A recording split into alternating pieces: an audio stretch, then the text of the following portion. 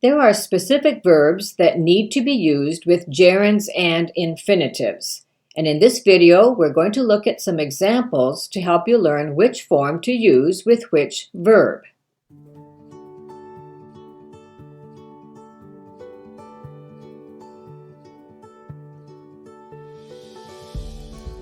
A quick review of what infinitives and gerunds are. An infinitive is a word made up of the word to plus the base verb. For example, to eat, to go, to sleep. Gerunds, on the other hand, are made up of a verb plus the ing ending. Eating, going, sleeping are some examples of a gerund. The basic English sentence structure is made up of a subject, a verb, and an object. The subject of a sentence can be made with nouns, gerunds, or infinitives. The object of the sentence can also be made with nouns, gerunds, or infinitives. There are 3 basic rules for how to use gerunds, as well as 3 basic rules for how to use infinitives. There are certain verbs that must be followed by a gerund, as well as some verbs that are always followed by an infinitive.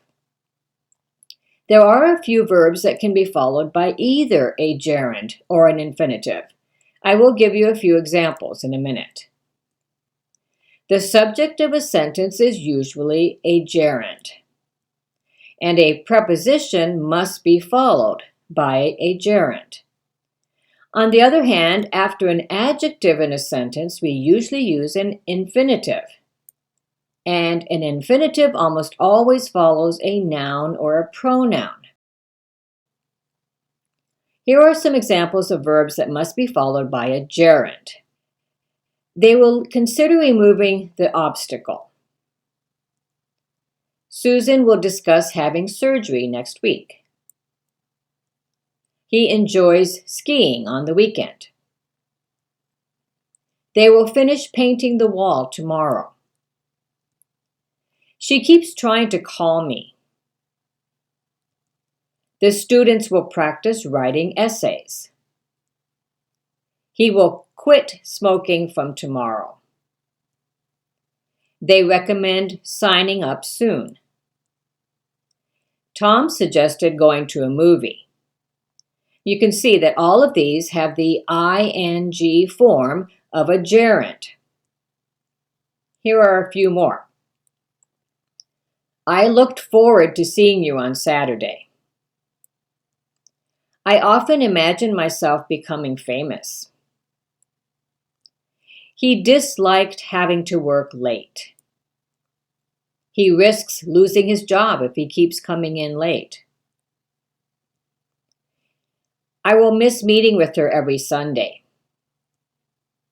He avoids buying groceries when he is hungry. They gave up trying to purchase the home. Again, you can see that all of these are using a gerund after these verbs. Now let's look at some examples of verbs that must be followed by an infinitive. They agreed to follow the rules. They decided to show the process. He hopes to go skiing this weekend. Helen will learn to water paint next week. She needs to call before she comes. They will offer to send the package. He plans to quit smoking tomorrow. They promise to sign up soon. Tom wants to go see a movie. Here are a few others that also need to use an infinitive. There are some verbs that can be followed by either a gerund or an infinitive. Begin.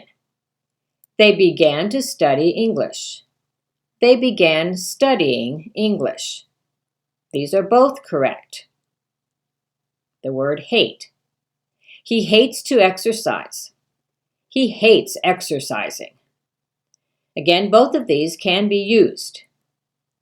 the verb prefer. She prefers to drink milk. She prefers drinking milk. Start. They started to dance. They started dancing. As you can see, there are some verbs that can be followed by a gerund or an infinitive. And here are a few more.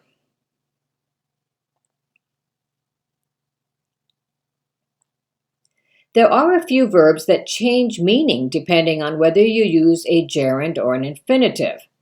The verb stop is one example. You should stop to smell the flowers. This type of stop is to interrupt an action to do something else. Stop working so hard. Here, the word stop means the action should not continue. You can see that depending on whether you use a gerund or an infinitive, the meaning for the word stop changes slightly. The verb remember is another example. Remember to call me tomorrow. This means don't forget to do something. I remember meeting him at the party. This means having memories of something. The verb mean is another example. I have been meaning to call you. In this sentence, it shows that you intend to do something. That would mean postponing the project for another year. Here, the meaning is the result of an action. Here are a few more. He forgot to set his alarm clock. She will never forget going on that trip. I regret to say that you were not chosen for the position. He didn't want to regret taking the time to travel. Try to speak more carefully. You can try cooking it with oil. As you can see, there are some verbs that will change meaning slightly depending on whether you use a gerund or an infinitive. The second rule for gerunds was that the subject of a sentence is usually a gerund. Here are some examples. Meeting new people can be difficult. Studying for a long time can be hard on your eyes. Making an outline helps to organize an essay. Finishing the project was their goal for the day. Running every morning is good for your health. Telling the truth is important. We could use the infinitive in some of these sentences, but usually the gerund is more commonly used. The third rule for gerunds was that they must follow a preposition. He insisted on meeting him after dark. You can see the preposition on in this sentence. She thanked him for helping her with the problem. Again, you can see the preposition. He planned on working until dinner. They succeeded in making a profit. They thought about going to the park. He planned on calling her back. When you use a preposition in a sentence, it must be followed by a gerund. The second rule for infinitives was that they follow an adjective.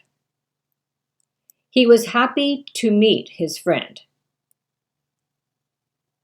It is hard to study for a long time. Is it difficult to make a cake? They were afraid to fail. She was motivated to complete the work on time.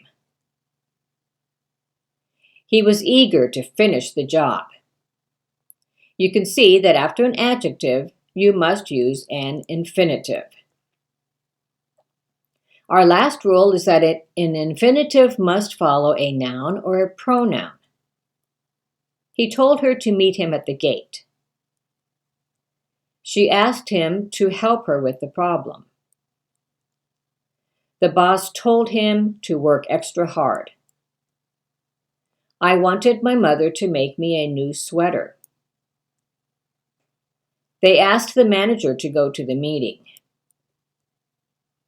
He told them to call the police.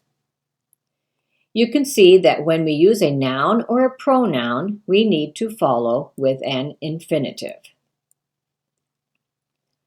I think you can see that you will need to learn which verbs need to be followed by a gerund and which one needs to be followed by an infinitive, and also which verbs can use both. This will mostly come from using these verbs and lots of practice. Let me know if you found this video helpful. If you need more help writing better sentences, paragraphs, and essays, be sure to check out my workbooks that can be used along with these videos.